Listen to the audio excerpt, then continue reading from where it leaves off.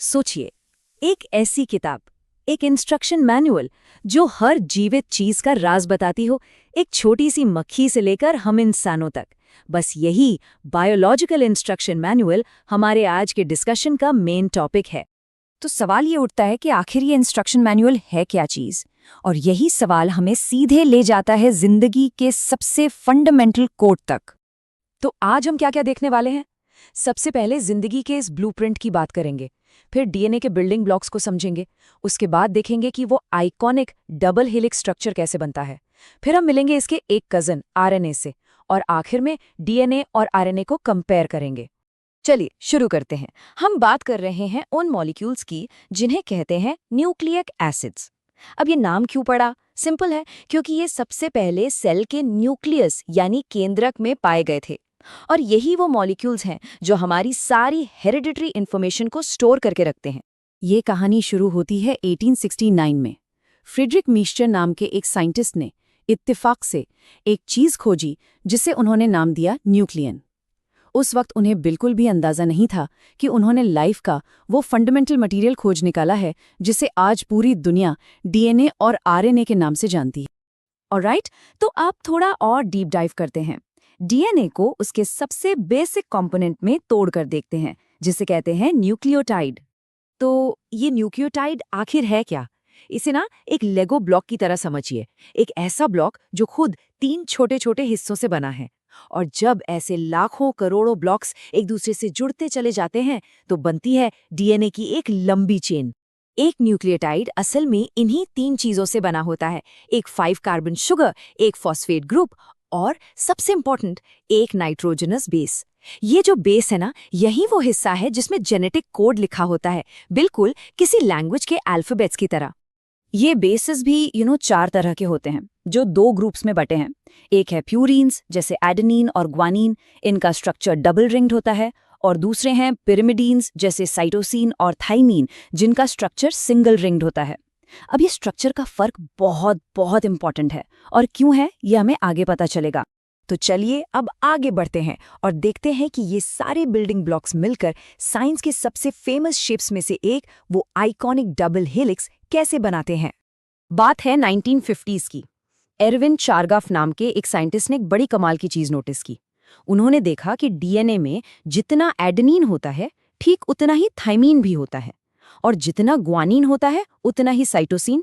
ये ऑब्जर्वेशन ये डीएनए के स्ट्रक्चर की पजल को सॉल्व करने में एक जबरदस्त क्लू साबित हुआ। और यहीं से जन्म हुआ चारगाफ्स रूल का। याद रखने के लिए बहुत सिंपल है, ए हमेशा टी के साथ पैर बनाता है और जी हमेशा सी के साथ, बिल्कुल पजल के पीसेस की तरह जो हमेशा एक ही तरीके से फिट होते हैं। और बस यही छोटा सा नियम डीएनए के पूरे स्ट्रक्चर का फाउंडेशन है।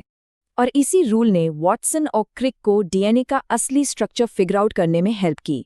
उन्होंने रियलाइज किया कि डीएनए एक मुड़ी हुई सीढ़ी, एक ट्विस्टेड लैडर जैसा है जिसे हम डबल हेलिक्स कहते हैं। इस सीढ़ी के जो साइड रेल्स हैं वो शुगर फॉस्फेट से बने हैं, और इसके जो स्टेप्स हैं, मतलब जो डंडे हैं, वो इन्हीं बेस पेयर से बने हैं, ए के सामने टी और जी के सामने सी। तो डबल हेलिक्स की कुछ खास बातें क्विकली समराइज करते हैं। पहली, ये 2 स्ट्रैंड से बना है जो एक दूसरे से उल्टी डायरेक्शन में चलते हैं। दूसरी, ए और टी के बीच में 2 हाइड्रोजन बॉन्ड्स होते हैं, और जी और सी के बीच में 3, जो जी-सी पेयर को थोड़ा ज्यादा स्ट्रॉन्ग बनाता है। और यही स्ट्रक्चर डीएनए को इंफॉर्मेशन स्टोर करने के लिए इनक्रेडिबली स्टेबल और परफेक्ट बनाता है। ओके, तो हमने मास्टर ब्लूप्रिंट यानी डीएनए को तो समझ लिया। अब बारी है इसके सबसे इंपॉर्टेंट पार्टनर से मिलने की, वो मॉलिक्यूल जो डीएनए के इंस्ट्रक्शंस को एक्चुअली काम में लाता है। तो मिलिए आरएनए से, यानी राइबोन्यूक्लिक एसिड। डीएनए से अलग आरएनए ज्यादातर सिंगल स्ट्रैंडेड होता है, मतलब इसमें सिर्फ एक ही धागा होता है। इसे ऐसे समझ सकते हैं कि ये डीएनए के ब्लूप्रिंट की एक वर्किंग कॉपी है। और आरएनए एक बहुरूपिया है। ये कई अलग अलग फॉर्म्स ले सकता है, जैसे कि मैसेंजर आरएनए या एमआरएनए, जो एक सीधे तार की तरह जीन से मैसेज लेकर जाता है। फिर होता है ट्रांसफर आरएनए या टीआरएनए, जिसका शेप एक क्लोवर लीफ जैसा होता है, और इसका काम है प्रोटीन बनाने में मदद करना। यही वर्सैटिलिटी आरएनए को सेल के अंदर इतने सारे अलग अलग काम करने की पावर देती है। तो अब आता है सबसे जरूरी सवाल, इन दोनों मॉलिक्यूल्स में आखिर फर्क क्या है? चलिए इन्हें साइड बाय साइड रखकर देखते हैं। ये टेबल इनके मेन डिफरेंसेस को एकदम क्लियर कर देता है। पहला फर्क शुगर का। डीएनए में डीऑक्सीराइबोज शुगर है तो आरएनए में राइबोज।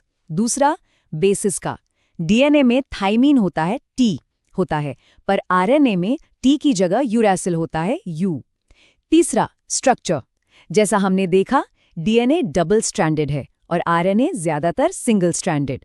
और आखिर में इनका रोल, डीएनए इंफॉर्मेशन स्टोर करता है और आरएनए उस इंफॉर्मेशन पर एक्ट करता है, मतलब उसे एग्जीक्यूट करता है।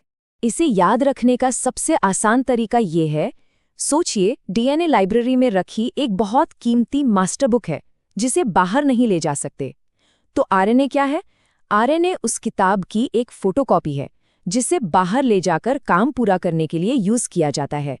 ये सोचना ही कितना अमेजिंग है ना, कि सिर्फ 4 लेटर्स का ये कोड ATCG यही तय करता है कि हम क्या हैं। और आज क्रिस्पर जैसी टेक्नोलॉजीज के साथ हम इस कोड को सिर्फ पढ़ नहीं रहे, बल्कि इसे एडिट भी कर सकते हैं, बदल भी सकते हैं। तो ये हमें एक बहुत बड़े सवाल पर लाकर खड़ा कर देता है। जब इंसान के हाथ में जिंदगी की इस इंस्ट्रक्शन मैनुअल को खुद लिखने की पावर आ जाएगी, तो भविष्य कैसा होगा? ये एक ऐसा सवाल है जिसका जवाब साइंस और सोसाइटी दोनों को मिलकर ढूंढना होगा।